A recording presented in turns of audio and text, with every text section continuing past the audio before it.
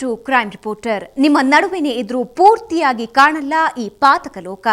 ನಮ್ಮ crime reporter team crime ಬೀಟ್ಗೆ ಇಳಿದ್ರೆ ಪಾತಕಗಳು ಬಯಲಾಗ್ತವೆ, ಪಾತಕಿಗಳು ಸಿಕ್ಕಿ ಬೀಳ್ತಾರೆ, ಪೊಲೀಸರು ಕೂತ್ಕೊಂಡು ಕತೆ ಹೇಳ್ತಾರೆ.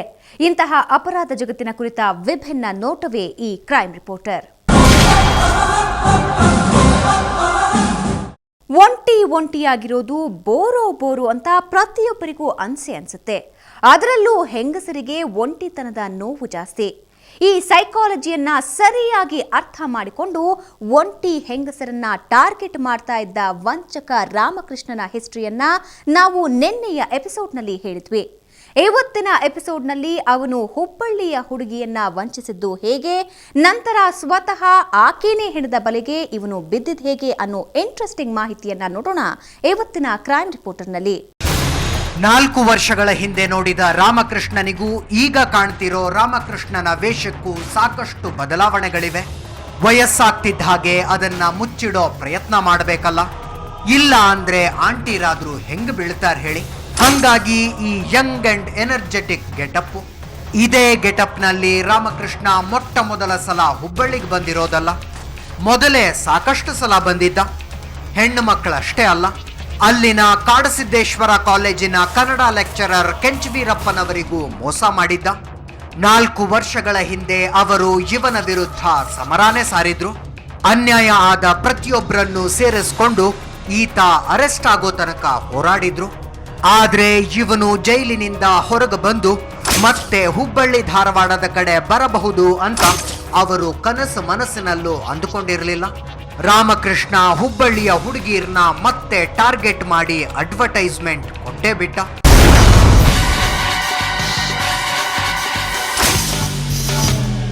ಪೇಪರ್ನಲ್ಲಿ ಒಂದು ಜಾಹೀರಾತು ಬಂದಿತ್ತು ಜುಲೈ 10ಗೆ. ಅದನ್ನು ವಧು ಬೇಕಾಗಿದೆ ಅಂತ ಹೇಳಿ ಅದನ್ನು ಪೇಪರ್ ನೋಡ್ಬಿಟ್ಟು ನಂದು ಡೈವೋರ್ಸ್ ಆಗ್ಯದ್ರಿ, ನನಗೊಬ್ಳು ಮಗಳಿದ್ದಾಳ್ರಿ. ಹೀಗಾಗಿ ನಾನು ಅದಕ್ಕೆ ಕಾಲ್ ಮಾಡಿದ್ಮೇಲೆ ಅವ್ರು ಹೇಳಿದರು ನೀವೆಲ್ಲಿ ಇರ್ತೀರಿ ಅಂತ ಕೇಳಿದರು. ನಾನು ಹೇಳಿದೆ ಹುಬ್ಳಿ ಅಂತ. ಅವ್ರು ಹೇಳಿದರು ನೀವೆಲ್ಲಿ ಇರ್ತೀರಿ ಅಂದರೆ ನಾನು ಬೆಂಗಳೂರಲ್ಲಿ ಇರ್ತೀನಿ, ರಾಮನಗರದಲ್ಲಿ ಜಾಬ್ ಮಾಡ್ತೀನಿ ಅಂತ ಹೇಳಿದ್ರು. ಅದಾದಮೇಲೆ ಒಂದು 4-5 ದಿನ ಮಾತಾಡಿದ ಮೇಲೆ ನಿಮ್ಮ ಅಭಿಪ್ರಾಯ ಏನು ಹೇಳ್ರಿ ಅಂತ ಕೇಳಿದ್ರಿ ಅವರು. ನಾ ಹೇಳಿದೆ ಇನ್ನು ನೋಡ್ದೇನೆ ಹೆಂಗೆ ಅಭಿಪ್ರಾಯ ಹೇಳೋದು, ಈಗಲೇ ಹೇಳೋದು ಹೆಂಗ್ರಿ, ಮೊದಲು ಇನ್ನೂ ಮಾತಾಡಿದ್ದು 4 ದಿನ ಆಯಿತು, ಮತ್ತು ನನಗೆ ಮಗಳೂ ಇದ್ದಾಳೆ, ಸ್ಕೂಲ್ ಇದೆ ಹಾಕಿದ್ದು, ಈಗಲೇ ನನಗೆ ಮದುವೆ ಆಗ್ಲಿಕ್ಕಂತೂ ಆಗಂಗಿಲ್ಲ, ಮತ್ತು ಮಾರ್ಚ್ವರೆಗೂ ಅಂತೂ ವೇಟ್ ಮಾಡಲೇಬೇಕಾಗ್ತದೆ ಮದುವೆ ಆಗಬೇಕು ಅಂದರೆ ಅಂತ ನಾನು ಹೇಳಿದೆ. ಅವ್ರೇನು ಹೇಳಿದ್ರು, ಇಲ್ಲ ನಾನು ಅಲ್ಲೇ ಮನೆ ಮಾಡಿಕೊಡ್ತೀನಿ ಹುಬ್ಳಿಲೇ ನಿನಗೆ, ನಾನು ಅಲ್ಲೇ ಇರ್ತೀನಿ, ಯಾಕಂದ್ರೆ ನಾನು ಸದ್ಯಕ್ಕೆ ಈಗ ಜಾಬ್ ಹೋಗೋಸ್ತಿಲ್ಲ, PhD ಮಾಡಕತ್ತೀನಿ, ಮನ್ಯಾಗೇ ಓದ್ಕೋಬೋದು ನಾನು ಅಂತ ಹೇಳಿದ್ರಿ. ಅದೇನು ಬೇಕಾದ್ರೂ ಹೇಳ್ತಾನೆ. ಅವನು PhD ಮಾಡ್ತಿರೋದು ಚೀಟಿಂಗ್ ಅಲ್ಲಿ ಅನ್ನೋದು ಅವಳಿಗೆ ಅರ್ಥನೇ ಆಗ್ಲಿಲ್ಲ. ವಾರಗಳ ಕಾಲ ರಾಮಕೃಷ್ಣನ ಜೊತೆ ಮಾತಾಡದವಳು ಮುಖ ಕೂಡ ನೋಡದೆ ಮನಸ್ಸು ಕೊಟ್ಟಿದ್ಲು. ಯಾಕಂದ್ರೆ ಆಕೆಗೆ ಒಂಟಿ ಬದುಕು ಸಾಕಾಗಿತ್ತು. ಗಂಡ ಬಿಟ್ಟವಳು ಅನ್ನೋ ಸಮಾಜದ ಕುಹಕ ಮಾತಿಗೆ ಆಕೆಯ ಮನಸ್ಸು ಕದಡ್ ಹೋಗಿತ್ತು.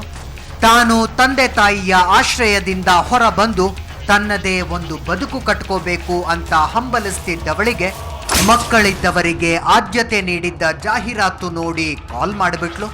ಮಾತಾಡಿದಾಗ ಒಳ್ಳೆಯ ಒಂಥರ ಅನ್ನಿಸ್ದ. ಅಲ್ಲದೆ ಹೆಂಡತಿ ಮಕ್ಕಳೆಲ್ಲರನ್ನೂ ಕಳ್ಕೊಂಡಿರೋದಾಗಿ ಹೇಳಿ ಮರ್ಸಿಗಿಟ್ಟಿಸ್ದ. ಅವ್ರ ಹೆಂಡತಿ ಅಂದರೆ ಎಕ್ಸ್ಪೈರ್ಡ್ ಆಗ್ಯಾರ ಅಂತ ಹೇಳಿದ್ರಿ, ಆಕ್ಸಿಡೆಂಟಲ್ಲಿ. ತಿರುಪತಿಗೆ ಹೋಗಿ ಬರ್ತಾ ನನ್ನ ಹೆಂಡತಿ ಮಗು 3 ವರ್ಷದ ಮಗು ಇತ್ತು, ಕಾರ್ ಆಕ್ಸಿಡೆಂಟಲ್ಲಿ ತೀರ್ಕೊಂಡಾರ ಅಂತ ಹೇಳಿದರು. ಇದನ್ನ ಕೇಳಿ ಪಾಪ ದುರ್ದೈವ ಅಂತ ಆಕೆಗೆ ಅರೆ ಕ್ಷಣ ಅನ್ನಿಸ್ತಾದ್ರೂ ತನಗೆ ತನ್ನ ಮಗುಗೆ ಇವನಿಗಿಂತ ಒಳ್ಳೆಯವನು ಸಿಗಲಿಕ್ಕಿಲ್ಲ, ಮಗಳಿಗೂ ಇವನು ಅಪ್ಪನಾಗ್ತಾನೆ ಅಂತ ಆಕೆ ಅಂದ್ಕೊಂಡ್ಲು. ನಂತರ ಆತನ್ನ ಒಂದೇ ಒಂದು ಸಲ ನೋಡದೇನು, ಅದ್ ಹೆಂಗಿದ್ರು ಸರಿ, ಒಳ್ಳೆ ಕೆಲಸ ಇದೆ, ಸಾಕೋ ತಾಕತ್ತಿದೆ ಅಂತ ಮದುವೆಗೆ ಮಾನಸಿಕವಾಗಿ ರೆಡಿ ಆಗಿಬಿಟ್ಲು. ಅದು ಆ ಚಾಲಾಕಿ ವಂಚಕನಿಗೆ ಅರ್ಥ ಆಗೋಯ್ತು. ಅವನು ಏಕಾಏಕಿ ಮದುವೆಯ ಮಾತಾಡಿಬಿಟ್ಟ. ಜುಲೈ 25ಗೆ ಹುಬ್ಳಿಗೆ ಬರ್ತೀನಿ ಅಂತ ಹೇಳಿದ್ರಿ. ಬರ್ತೀನಿ, ಮದುವೆ ಆಗೋದು ಅಂತ ಡಿಸೈಡ್ ಮಾಡಿಬಿಟ್ರು. ನಾ ಹೇಳಿದೆ ಈಗ ಅದು ಬೇರೆ ಆಷಾಢ ಅದೆಲ್ಲ ಇದೆ, ಈಗ ಈ ಟೈಮ್ನಲ್ಲಿ ಮದುವೆ ಆಗೋಂಗಿಲ್ಲ ಅಂತಂದ್ರೆ, ಇಲ್ಲ ರೀ ಮೊದಲಿಂದಕ್ಕೆಲ್ಲ ನೀವು ಮುಹೂರ್ತ ದಿವಸ ಎಲ್ಲ ನೋಡಿ ಮಾಡ್ಕೊಂಡಿರಿ, ನಾನು ಅವಾಗ ನೋಡಿ ಮಾಡ್ಕೊಂಡಿನಿ. ಮದುವೆಯ ಮಾತಾಡದವನ ಹತ್ರ ಈ ಹೆಣ್ಣು ಮಗಳು ಮನಸ್ಸು ಬಿಚ್ಚಿ ಎಲ್ಲಾನು ಹೇಳಿದ್ಲು. ಮಾತು, ಒಡವೆ, ವಸ್ತ್ರಗಳ ತನಕ ಹೋಯ್ತು. ಆಗ್ಲೂ ಈಕೆಗೆ ಅನುಮಾನ ಬರಲಿಲ್ಲ. ನಿಂದು ಗೋಲ್ಡ್ ಏನೇನಿದೆ ಅಂತ ಕೇಳಿದ್ರು. ಡಿವೋರ್ಸ್ ಕ್ಲಿಯರ್ ಆಗೈತಿ, ಅದಂದ್ಮೇಲೆ ಏನಾರು ಕೊಟ್ಟಾರೇನೋ ಅವ್ರು ಹಿಂಗೆ. ನಾನು ಅದನ್ನು ದಡ್ಡಿ ಥರ ಎಲ್ಲ ಹೇಳಿಬಿಟ್ಟೆ, ನಂದು ಹಿಂಗೆ 30 ಗ್ರಾಮ್ಸ್ ತಾಳಿ ಚೈನ್ ಇದೆ, 30 ಗ್ರಾಮ್ಸ್ ಬಳೆ ಇದೆ ಅಂತ, ಚೈನ್ ಇದೆ ಅಂದರೆ ಅದೆಲ್ಲ. ಮತ್ತು ಹಂಗೆ ನಿಂದೆಲ್ಲ ಇಂಪಾರ್ಟೆಂಟ್ ಥಿಂಗ್ಸ್ ಏನೇನು ಅದಾವೆ ವ್ಯಾಲ್ಯೂಯೇಬಲ್ ಥಿಂಗ್ಸ್ ತೊಗೊಂಡು ಬಂದುಬಿಡು. ಆಮೇಲೆ ನಿಮ್ಮ ಮದುವೆ ಆದಮೇಲೆ ನಿಮ್ಮ ಮಮ್ಮಿ ಮನೆಗೆ ಸೇರಿಸ್ಬೇಕಲ್ಲ, ಎಲ್ಲ ಲಗೇಜ್ ಎಲ್ಲ ರೆಡಿ ಇಟ್ಟರು. ಬಟ್ಟೆ ಏನು ಜಾಸ್ತಿ ತರ್ಲಿಕ್ಕೆ ಹೋಗಬೇಡ, ಬಟ್ಟೆ ಬೇಕಾದ್ರೆ ಹೊರಗೆ ತೊಗೋಬೋದು, ಡ್ರೆಸ್ಸಸ್ ಆದರೆ ನಿಂದು ಏನು ಇಂಪಾರ್ಟೆಂಟ್ ಥಿಂಗ್ಸ್ ಐತೆ ಅದನ್ನೆಲ್ಲ ತೊಗೊಂಡು ಬಾ ಅಂತ ಹೇಳಿದರು. ನಾನು ಅವರು ಅಷ್ಟೆಲ್ಲ ಹೇಳ್ತಾರಂದಾಗ, ಗೋಲ್ಡ್ಗೆ ಇಂಪಾರ್ಟೆನ್ಸ್ ಕೊಡ್ತಾರಂದಾಗ ನಾನು ಅದನ್ನು ಅವಾಯ್ಡ್ ಮಾಡಲೇ ಇಲ್ಲ, ನಾನು ನಂಬ್ಕೊಂಡ್ಬಿಟ್ಟೆ ಅವ್ರನ್ನ. ರಾಮಕೃಷ್ಣ ಮಾತಾಡಿದ ಮೇಲೆ ನಂಬದೇ ಇರೋ ಚಾನ್ಸೇ ಇಲ್ಲ.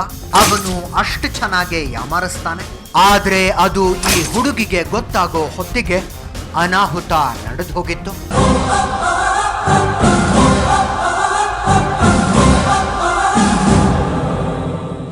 ಜೀವನ ಸಂಗಾತಿಗಾಗಿ ಹುಡುಕ್ತಾ ಇದ್ದ ಹೆಣ್ಣು ಮಗಳು ಈ ರಾಮಕೃಷ್ಣನ ಬಲೆಗೆ ಬಿದ್ದುಬಿಟ್ಲು.